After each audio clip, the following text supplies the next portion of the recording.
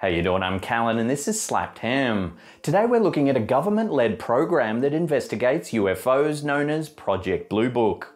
But just quickly before we get into it, hit that subscribe button for more mysterious content just like this.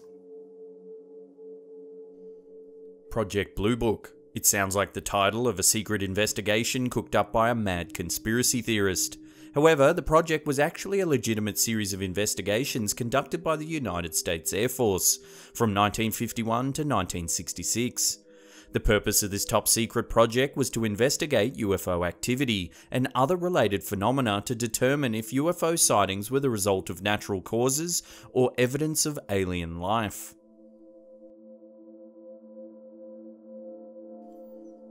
Before Project Blue Book began its investigations, Project Sign was tasked with investigating UFO activity in America's skies.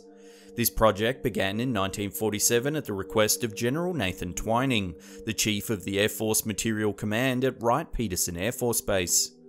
Twining proposed the project as a result of increased public interest in UFOs. Project Sign's official determination was that the evidence of UFO activity was inconclusive. However, some individuals working on the project later asserted that UFOs were real and likely extraterrestrial in origin. In 1948, Project Grudge took up the government's UFO banner. This project, however, was initiated with the explicit purpose of debunking reports of UFOs, outraging many proponents of alien life. Officials were unsatisfied with the conclusions and conduct of the two projects. This led them to establish Project Blue Book in 1951. According to declassified government documents, the three projects investigated a combined total of 12,000 sightings during the years they operated. Around 700 of those sightings were classified as unidentified, suggesting that researchers were unable to find a cause based on known natural or technological phenomena. This could mean that the sightings lacked sufficient evidence. It could also mean that they were true examples of extraterrestrial activity.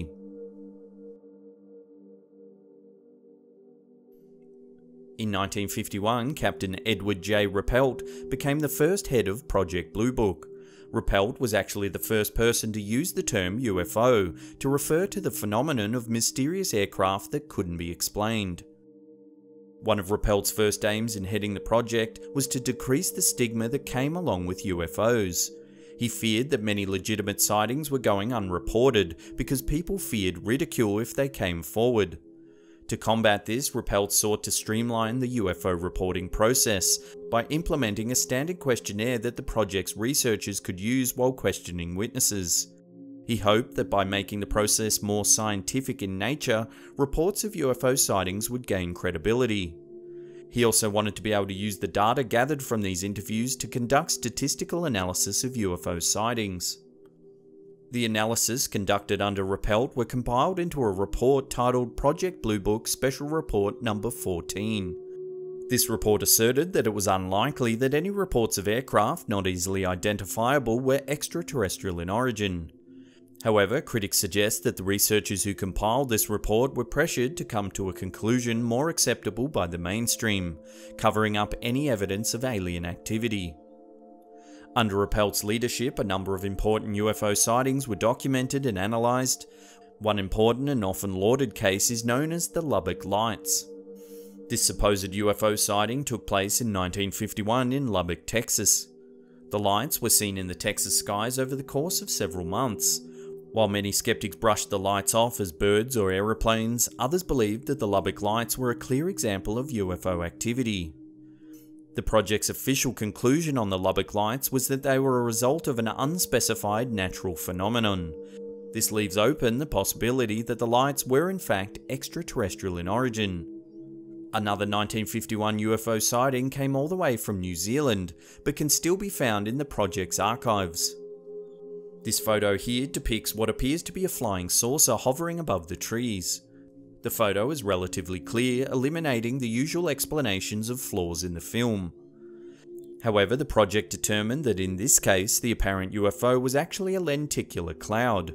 These clouds often take on the shape of a saucer, so in a black and white photograph, it is reasonable to conclude that they might be UFOs.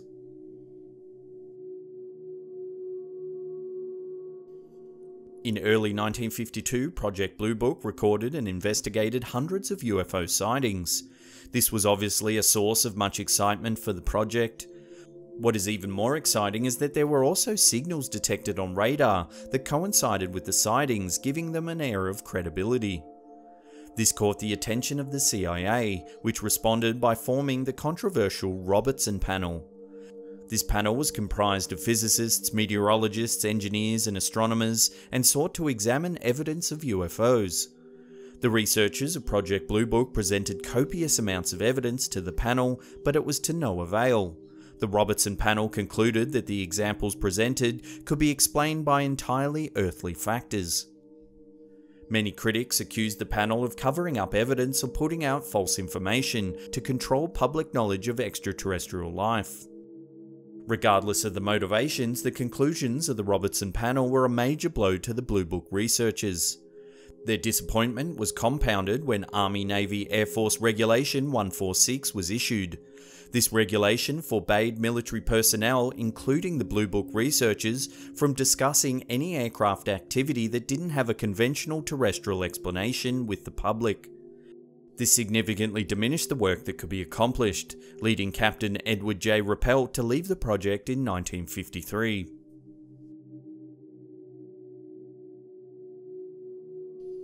After Ruppelt's departure in 1953, the project had several years that lacked meaningful activity. The next two heads of the project, Captain Charles Harden and Captain George T. Gregory, had little faith in the existence of actual UFOs. Few actual investigations were conducted, and those incidents that did get investigated were largely brushed off as having natural or technological causes. In 1958, Major Robert J. Friend took the helm and attempted to turn things around for the project. One major investigation during his tenure focused on a sighting in Belfast, Maine, during his first year heading the project. Images from this sighting appear to show objects in the sky shaped like saucers or mushrooms. The project launched an investigation of the sighting. Eventually, they concluded that the images could be explained by light from the star Arcturus hitting clouds. During Friend's time in charge of the project, it was brought to court twice, once being accused of suppressing information and then of performing investigations that lacked scientific merit. This led Congress to give the project a larger budget to improve its investigations.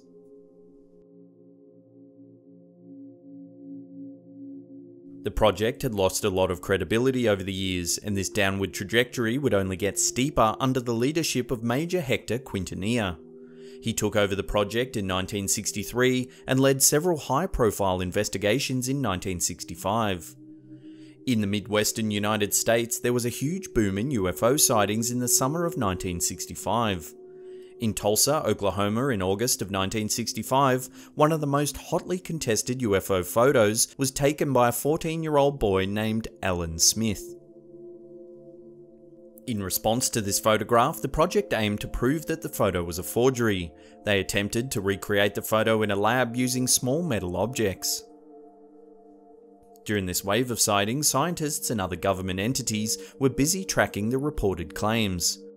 For example, the Oklahoma Highway Patrol tracked 4 supposed UFOs, noting that the aircraft they investigated clearly moved more quickly than any aircraft that could be made with the day's technology.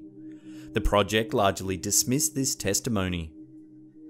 Some sightings that summer occurred as far west as Santa Ana, California. The day after Alan Smith snapped his iconic photo, Orange County Highway Inspector Rex Heflin took another of the most famous and most fiercely debated UFO pictures in history. As with the Tulsa photo, researchers for the project concluded that Heflin's photo was a hoax. However, modern photo enhancement technology has never been able to identify signs of tampering. A few years later, in 1967, another famous UFO photograph came into the hands of Quintanilla's team, this time from New Clemens, Michigan.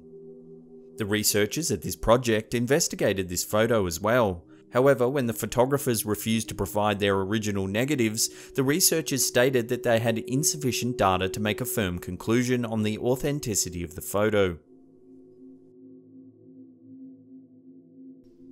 Before we get to our conclusion about whether Blue Book discovered evidence of extraterrestrial activity, remember to hit that subscribe button and turn on channel notifications. That way you'll be completely up to date with all our latest content.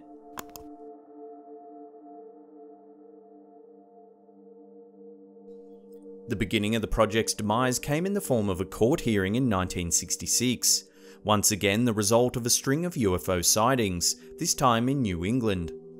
The project concluded that the sightings could be explained by military training happening in the area, but critics refused to accept this explanation.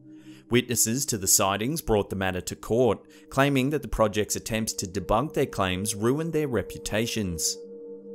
That same year, the United States established the Condon Committee to help counter some of the criticism of Blue Book. The committee was intended to be a purely neutral group of scientists who would study UFO activity. This committee quickly concluded that there was no evidence of extraterrestrial activity in any of the sightings investigated by Blue Book. This conclusion led to the decision to close the project altogether. The records of the project were stored in archives in Alabama, where they remain to this day. Much to the chagrin of proponents of alien life, Blue Book ultimately concluded that supposed UFO sightings could all be explained by misidentification, hoaxes, mass hysteria, and delusions.